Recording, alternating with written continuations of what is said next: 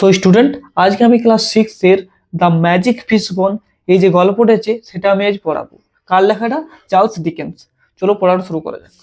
আর একটা কথা তোমাদেরকে আগেই বলে দিই, এখানে যে রাজার কথা বলা হয়েছে সে কিন্তু এরকম রাজা নয় যে সবাইকে তার কথা মানতে হবে। সে এখানে সরকারের অধীনে কাজ করে। ঠিক আছে, চলো এবার পড়া যাক। দেয়ার ওয়াজ ওয়ান্স আ কিং, একদা এক রাজা ছিলেন। And he had a queen, এবং তার একটি রানী ছিল। ওকে। দে হ্যাড সেভারাল চিলড্রেন, তাদের কিছু শিশুও ছিল। ওকে, বোঝা গেছে। আলিসিয়া ওয়াজ দ্য এল্ডেস্ট, তাদের মধ্যে আলিসিয়া ছিল সব থেকে বড়। হু লুকড আফটার, যে দেখাশোনা করতো, লুকড আফটার মানে দেখাশোনা করা, যে দেখাশোনা করতো দ্য আদার চিলড্রেন, অন্যান্য শিশুগুলোকে বা অন্যান্য বাচ্চাগুলোকে, মানে ভাই বোন যারা আছে তাদের দেখাশোনা এই আলিসিয়াই করতো।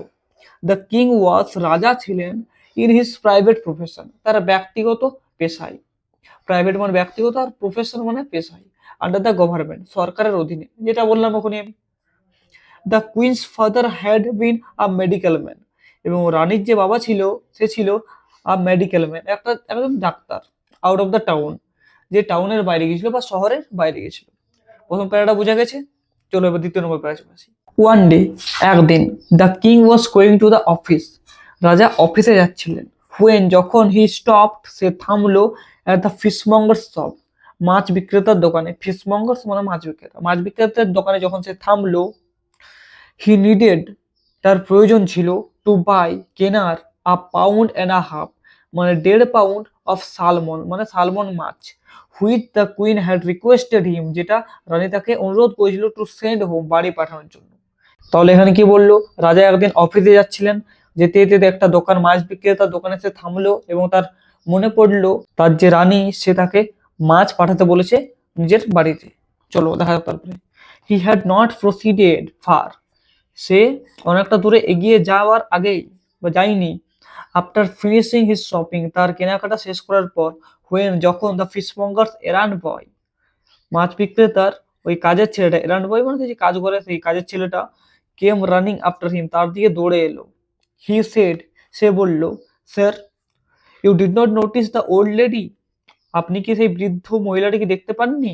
ইন আওয়ার শপ, আমাদের ওই দোকানে। হোয়াট ওল্ড লেডি, কোন লেডি বা কোন মহিলা? ইনকোয়ার্ড দ্য কিং, রাজা অনুসন্ধান করার মতো করে বলল। ওকে। আই সো নান, আমি কিছু দেখতে পাইনি। নাও, এখন। The king had not seen any old lady, রাজা কোনো বৃদ্ধ মহিলাকে দেখতে পাননি। বিকজ, কারণ, she had been invisible to him, তার কাছে সে অদৃশ্য হয়েছিল, মানে যে বৃদ্ধ মহিলাটা ছিল সে তার কাছে অদৃশ্য হয়েছিল, তাই রাজাকে দেখতে পায়নি। তো যদিও ভিজিবল, দৃশ্যমান ছিল, টু দ্য ফিশমঙ্গার্স বয়, ওই মাছ বিক্রেতার ছেলেটা যে আছে মানে কাজ করা, তার কাছে দৃশ্যমান ছিল। আশা করছি পুরোটাই ভালোভাবে বোঝা গেছে। আর একটা কথা, তোমরা যদি কেউ অনলাইনে ফ্রিতে ক্লাস করতে যাও তাহলে নিচে দেওয়া নাম্বারে কন্ট্যাক্ট করো, কলও করতে পারো, মেসেজও করতে পারো। পুরো ফ্রিতে ক্লাস করা হবে, এই ইউটিউবের থেকেও বেশি ভালো সেখানে পড়ানো হয়। চলো এবার অ্যাক্টিভিটিগুলো করে নিই। দেখো, প্রথমেরটা হবে হার ব্রাদার অ্যান্ড সিস্টার্স, এবং 2 নম্বরেরটা হবে মেডিকেল ম্যান, এবং 3 নম্বরটা হবে আ পাউন্ড অ্যান্ড আ হাফ, এবং 4 নম্বরটা হবে দ্য ফিশমঙ্গার্স বয়। এরপর অ্যাক্টিভিটি 3 অ্যান্সারটা দেখো কি লিখবে। No, this king is not similar to the other king,